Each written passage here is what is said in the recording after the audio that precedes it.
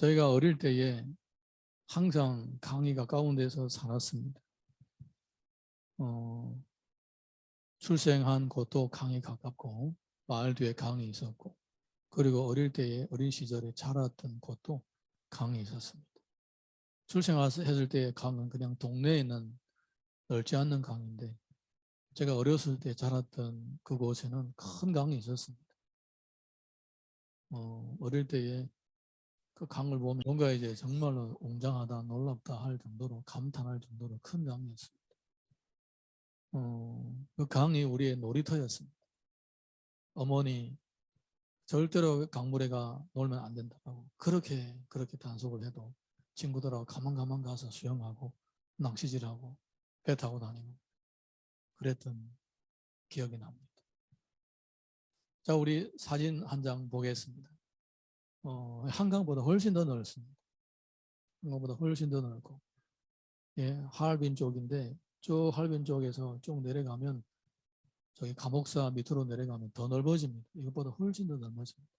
장마철에 7월 8월 달 장마가 지면 그 강에 있는 섬들이 다 안 보이고 강 맞은편이 보이지 않을 정도로 몇 킬로가 넓이가 늘어납니다. 그 정도로 큰 강이었어요. 어릴 때 몇 번 장마가 크게 진 기억이 나는데, 그 주변에 강변에 있는 마을들이 다 이사 가야 됩니다. 마당을 삽으로 파면 물이 막 이렇게 솟아날 정도로 그렇게 물질 때는 수위가 높아서 위험해서 마을 전체가 다 몇 주간 동네를 비워야 되는 그런 일들이 가끔 있다 한 번씩 일어났었습니다. 이렇게 넓고 이렇게 큰 강, 우리 어릴 때에 낚시해가지고 거기에서 강변에서 물을 끓여서 이렇게 생선도 만들어 먹고 그랬던 적도 있습니다. 근데 이 넓은 강이 어디서부터 출발했느냐? 다음 사진 한번 보겠습니다. 어디입니까? 백두산 천지 폭포예요, 폭포. 보신 분들이 계실 거예요. 폭포, 천지 폭포예요. 저렇게 이제 물이 이제 흘러 내려오죠.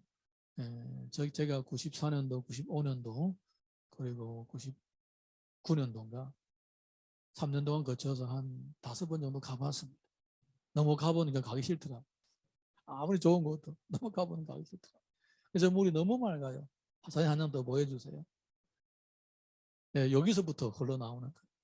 물이 여기서부터 이 밑에 이 화산구인데, 화산 땅 속에서부터 화산이 쏟았던 곳이 화산이 없어버려지니까 땅 속에 물이 나오는데, 저 산 꼭대기에 1900m인가 뭐 2000m 그 정도 높이인데 저기에 계속 물이 차고 넘치는 거예요. 그 물이 내려와가지고 폭포를 형성하고, 폭포가 흘러가면서 이도백화로 내려가면서 송화호가 만들어지고, 송화호가 쭉 내려가면서 이제 쭉 송화강이 만들어지는 거예요. 네, 저렇게 큰 강이, 조만한 호수가 수원을 계속 공급합니다. 저희 가면 물이 얼마나 막는지 몰라요. 저희 가면 갈 때마다 페트병 갖고 가가지고 물을 담아옵니다. 이 배낭에다가 몇 개씩 메고 내려오면서 하루 종일 그 물을 마십니다. 물도 얼마나 마시는지 몰라요. 처음에는 철없는 사람들이 가서 발로 담그더니 남이 물을 떠다 먹는 거 보니까 발 안 담그더라. 물이 시원하다고 발까지 담그더라. 남이 먹는 물인데 그대로 마셔도 되는 거예요. 우리 성경을 보게 되면요, 이 강에 대해서 얘기를 많이 합니다.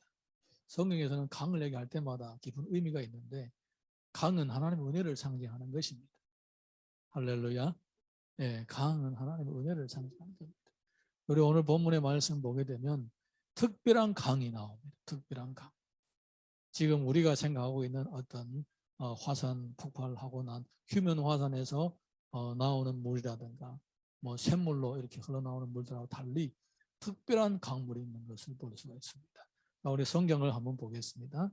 성경 에스겔서 47장 1절 2절 보겠습니다. 시작. 그가 나를 데리고 성전 문에 이르시니 성전의 앞면이 동쪽을 향하였는데 그 문지방 밑에서 물이 나와 동쪽으로 흐르다가 성전 오른쪽 제단 남쪽으로 흘러내려더라. 그가 또 나를 데리고 북문으로 나가서 바깥길로 꺾여 동쪽으로 향한 바깥문에 이르시기로 본즉 물이 그 오른쪽에서 스며 나오더라. 하나님의 성전이 있는데 하나님의 성전에서 물이 이 문 밑에서 스며서 나오더라는 것입니다. 물이 문 밑에서 스며 나오더라는 겁니다. 그러니까 이 물의 근원이 어디에 있느냐? 물의 근원이 성전에 있는 것입니다. 그러니까 여기에서 나오는 이 물, 이 강물이 하나님이 계시는 성전으로부터 흘러나온다. 벌써 시작부터 다르죠. 시작부터 샘물로 화산구로 흘러나오는 물과 다른 거예요. 이 물은 하나님의 은혜를 상징하는 것입니다. 우리 창세기 2장 10절에서 14절 읽어보겠습니다. 이 2장 10절에서 14절 다 같이 시작.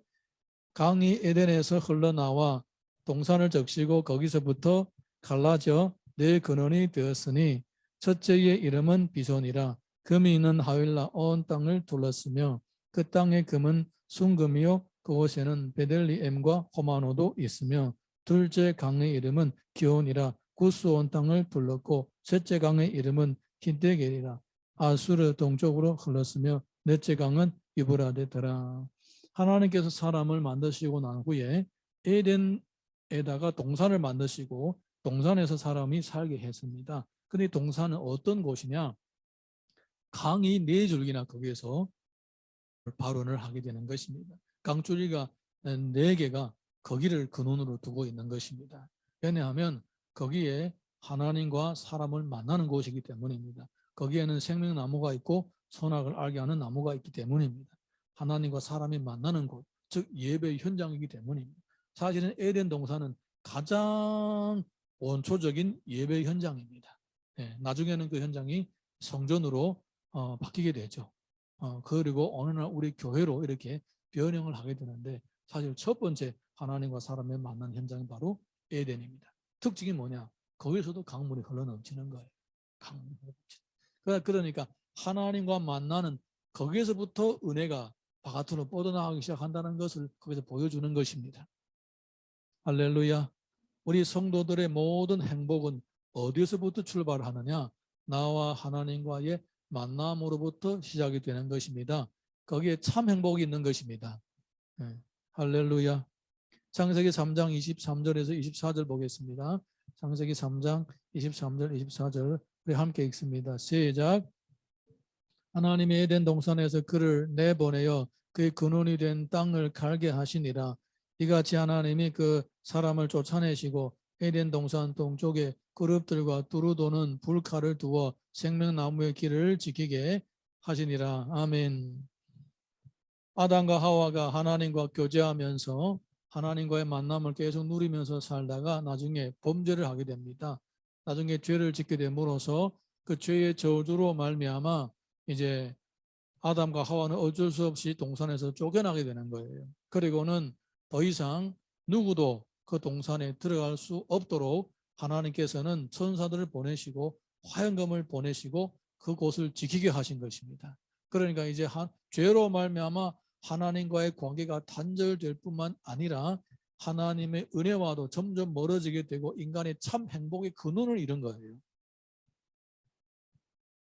이렇게 죄는 심각한 것입니다. 죄가 있는 곳에는 행복이 있을 수가 없습니다. 왜냐하면 행복이라는 것은 하나님과의 만남과의 교제로부터 시작하기 때문입니다. 거기에 원천이 있는 거예요. 아멘이십니까? 네. 그래서 성경에서는 죄라는 것을 굉장히 심각하게 다루고 있습니다. 네. 죽기까지 싸우라 합니다. 죄와 싸우는 것은 죽기까지 싸우라는 거예요. 범죄한 영혼에게는 긍휼이 아직 남아는 있지만은 은혜의 근원과는 점점 멀어지는 이런 저주가 임하게 되는 것입니다. 자, 우리 본문 에스겔 47장 3절에서 5절 쭉 읽어보겠습니다. 시작. 그 사람의 손에 줄을 잡고 동쪽으로 나가며 천척을 측량한 후에 내게 그 물을 건너게 하시니 물이 발목에 오더라. 다시 천척을 측량하고 내게 물을 건너게 하시니 물이 무릎에 오르고 다시 천척을 측량하고 내게 물을 건너게 하시니 물이 허리에 오르고 다시 천척을 측량하니 물이 내가 건너지 못할 강이 된지라. 그 물이 가득하여 헤엄칠 만한 물이요 사람의 능히 건너지 못할 강이더라. 아멘. 자, 이렇게 성전에서 문지방 쪽에서 무 밑에서 물이 줄줄줄줄줄 흘러내려옵니다. 이 물이 흘러나오는 이곳에서부터 물이 흘러가는 방향으로 1000척을 측량을 했다라는 것입니다. 1000척 정도 측량을 하고 나서 한번 물이 들어가 봐라 합니다. 그러니까 1000척을 거리를 두고 들어가 보니까 물이 어디까지 온다 했습니까? 발목. 그리고 1000척으로 더 나갑니다. 물이 흘러가는 방향으로 더 내려가서 2000척이 되었습니다. 2000척이 되는 지역에서 또 물로 들어가 바로 하니까 그때 물이 어디까지 옵니까? 무릎까지 온다 했습니다. 그 다음에 이제 거기서 또 1000척, 이제 3000척이 멀어졌습니다. 여기는 성전이 있고 1000척, 2000, 3000척이 되었습니다. 거기에서 물이 얼마 된다 했습니까? 물이 흐린다 했습니다. 그 다음에 또 1000척 더 측량했습니다. 이번에는 1000, 2000, 3000, 4000척이나 멀어졌습니다. 물이 얼마 된다 했습니까? 예, 건너지 못할 강이 되었다. 이렇게 얘기를 하고 있습니다. 여러분, 하나님의 강은 하나님의 은혜를 상징합니다. 그리고 이 강물의 근원과 거리는 나와 하나님과 영적인 관계의 거리를 상징하는 것입니다. 무슨 얘기입니까? 사실은요, 우리가 하나님의 은혜 가운데서 살지만은 내가 만약에 하나님과 멀어지게 되면 점점 더 위험해진다는 걸 의미하는 것입니다. 이해가 되십니까?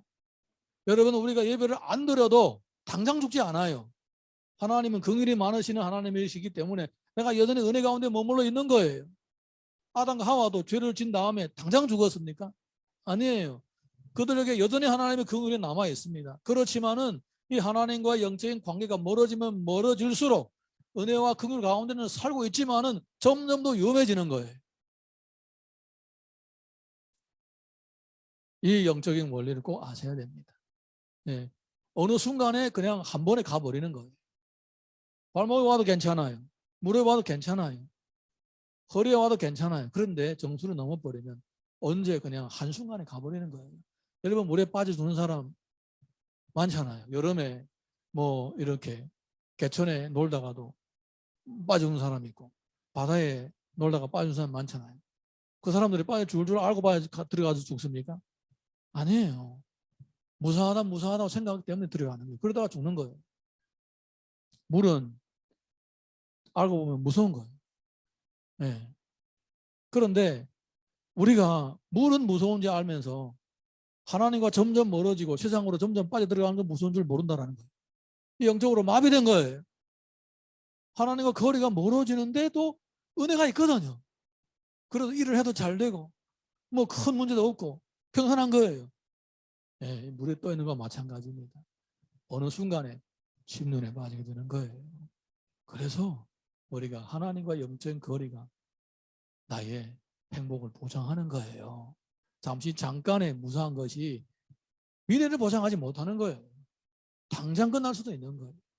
그래서 나와의 하나님과 지속적인 관계, 하나님과 점점 가까워지는 것이 신앙생활의 핵심이에요. 핵심. 할렐루야. 요한복음 15장 5절 보겠습니다. 시작. 나는 포도나무요 너희는 가지라. 그가 내 안에 거하고 내가 그 안에 거하면 사람이 열매를 많이 맺나니 나를 떠나서는 너희가 아무것도 할 수 없습니다. 하나님을 떠나 있으면 당장 죽지는 않습니다.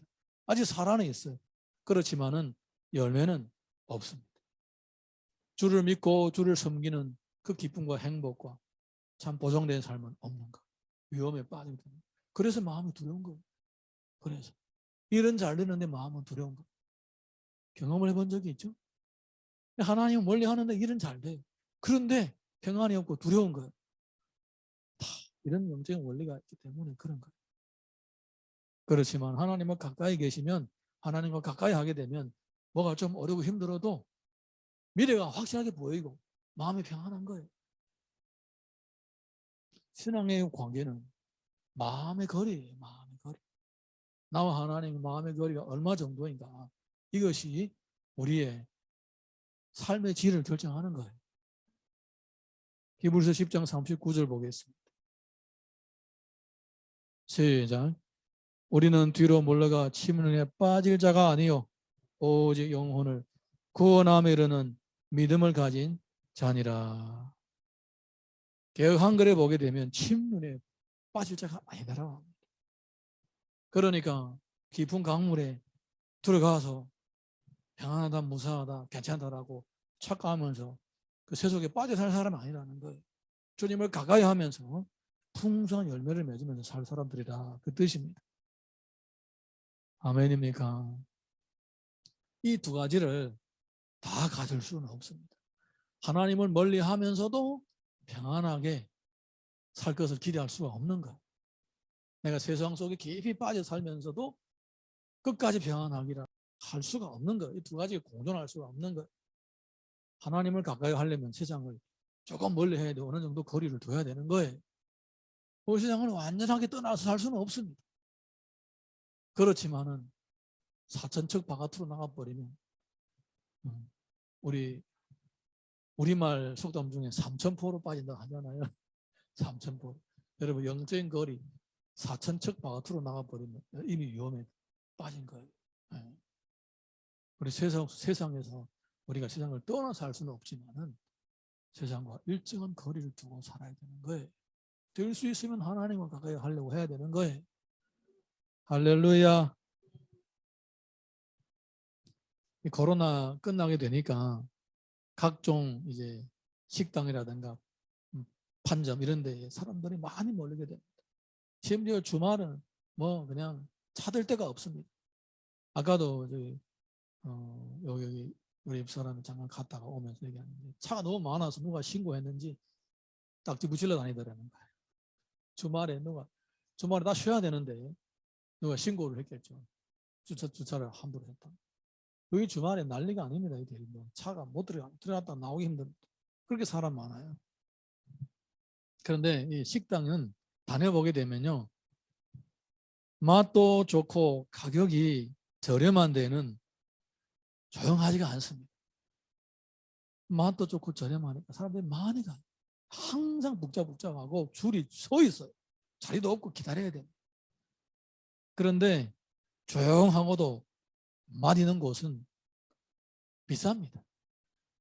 보통 것보다 다 비싸서 가기가 부담스럽습니다. 예. 그 다음에는 이제 조용하고도 값이 싼 곳이 있습니다. 그런 곳은 맛이 없어요. 조용하고도 값이 싸는데 맛이 없어요. 예, 조용하고 맛도 있고 저렴한 곳 있을까요, 없을까요? 있어요. 한번 소개해 주세요. 정말 찾기 힘듭니다. 정말 찾기 힘듭니다. 여러분 신앙생활 가운데서 모든 것을 다 가질 수 없어요. 세상을 깊이 빠지면 하나님과 멀어지게 되고 하나님과 가까워지면 세상과 거리를 둘 수밖에 없는 거예요. 여러분 이 선악간에 선택을 하셔야 돼요. 네. 아멘입니까? 할렐루야. 에스겔 49장 6절에서 8절 보겠습니다. 시작. 그가 내게 이르시되 인자야 내가 이것을 보았느냐 하시고 나를 인도하여 강가로 돌아가게 하시기로 내가 돌아가니 강 좌우편에 나무가 심이 많더라. 그가 내게 이르시되 이 물이 동쪽으로 향하여 흘러 아라바로 내려가서 바다에 이르니 이 흘러내리는 물로 그 바다의 물이 되살아 나리라. 아멘. 이 물이 흘러가면서 어떤 현상이 나타나느냐? 바다가 되살아난다는 것입니다. 우리가 아까도 보셨지만은 천지에서 그 맑고 단 샘물이 끊임없이 솟아오릅니다. 그리고 그 물이 폭포가 되어서 밑으로 흘러나옵니다. 그러면서 쭉 내려오면서 우리가 살고 있는 감옥사 부금 이쪽까지 가면 물이 많이 오염이 돼요. 흙탕물이 되는 거예요. 그리고 중간에 도시들이 있으니까 도시의 하수가 전부 다 강물로 흘러들어가고 공장들의 그 폐수가 전부 다 흘러들어갑니다. 저희들이 어릴 때만 해도 송화강물을 그냥 떠서 마셨습니다. 그런데 제가 중학교 다닐 쯤에 되면 그 물을 못 마시겠더라고요. 이미 냄새가 납니다. 예, 오염된 냄새가. 지금은 절대로 마시면 안 된대. 예, 지금 그 안에 뭐가 있을지 모른대. 그런데 성경을 보십시오. 이 물이 가면 이 보통 강물은 맑은 물이 흘러내려와 가지고 오염이 되다가 나중에 바다에 들어가서 바다가 그 물을 정화시킵니다. 깨끗하게 만들어줍니다. 그런데 이 성전에서 나오는 이 물의 특징은 바다에 들어가서 정화되는 게 아니라 바다를 살리는 거예요. 그래서 성경에서는 이 강물은 하나님의 은혜를 상징하는 거예요. 네. 하나님의 은혜는 어디에 가든지 그 지역을 살리게 되는 것입니다. 근데 그 하나님의 은혜가 누구를 통하여 흘러가는가? 성도인 우리를 통하여 흘러가는 거예요. 네. 우리가 주님을 가까이 하면서 주님의 참 행복을 누리면서 살아가게 되면 우리가 하나님의 사용하는 강이 되고 강가가 되는 거예요. 계시록 8장 8절에서 9절 보겠습니다. 8장 8절에서 9절 시작. 둘째 천사가 나팔을 부니 불 부는 큰 산과 같은 것이 바다에 던져지매 바다의 3분의 1이 피가 되고 바다 가운데 생명 가진 피조물들의 3분의 1이 죽고 배들이 3분의 1이 깨지더라. 이렇게 죄가 많고 또 하나님을 멀리 떠난 곳에는 심판이 있는 거예요. 그런데 하나님의 은혜의 이 강물은 이런 심판이 지나간 바다를 살리고 심판이 지나간 그 죽음의 지역들을 살려내는 거예요. 그 역할을 누가 감당하게 하시는가? 성도, 죄 몸된 교회가 그 역할을 감당하도록 세우심을 받은 거예요. 자, 우리 이어서 9절에서 10절 보겠습니다. 9절에서 10절 다 같이 시작. 이 강물이 이르는 곳마다 번성하는 모든 생물이 살고 또 고기가 심히 많으리니 이 물이 흘러 들어가므로 바닷물이 되살아나겠고 이 강이래는 각처에 모든 것이 살 것이며 또 이 강가에 어부가 설 것이니 엔게디에서부터 에네글라임까지 그물치는 곳이 될 것이라. 그 고기가 각기 종류를 따라 큰 바다의 고기같이 심히 많으려니와. 이렇게 강변에도 많은 생기가 돌게 되고 강에도 물고기가 번성하게 되면서 사람이 그 강을 의지해서 살 수 있을 정도가 된다는 것입니다. 여러분, 하나님의 나라는요 확장성이 있습니다. 우리 예수님이 예화를 드실 때 보게 되면 하나님의 나라를 겨자씨로 비유하시고 하나님의 나라를 누룩으로 비유를 하시는 것입니다. 만약에 내 마음에 하나님의 나라가 임하게 되고 우리 교회 가운데 하나님의 나라가 임하고 역사하게 되면 이 우리와 또 우리 교회로 말미암아 많은 사람들이 유익을 얻게 되고 복을 얻게 되는 거예요. 만약에 우리의 가정에 하나님의 나라가 임하게 되면 우리 가정 때문에 많은 사람이 유익을 얻게 되는 거예요. 할렐루야. 우리가 주로부터 부르심을 받고 주님의 인도하심을 받게 되면서 살아가는 목적이 바로 여기 있는 거예요. 여기 있는 거예요. 자, 우리 계시록 8장 10절에서 11절 보겠습니다. 시작. 셋째 천사가 나팔을 부니 횃불같이 타는 큰 별이 하늘에서 떨어져 강들의 3분의 1과 여러 물샘에 떨어지니 이 별 이름은 쓴쑥이라. 물의 3분의 1이 쓴쑥이 되며 그 물이 쓴 물이 됨으로 많은 사람이 죽더라. 이렇게 이 세상에는 저주와 심판으로 결국은 점점 멸망에 가지만은 하나님의 은혜가 이런 곳에는 다시 소생하는 역사가 일어나는 것입니다. 네. 이것이 바로 주님이 교회를 통하여 바라시는 거예요. 이것이 바로 주님이 성도들 향하여 바라시는 것입니다. 예외도 있습니다. 에스겔 47장 11절 12절 보겠습니다. 11절 12절 시작.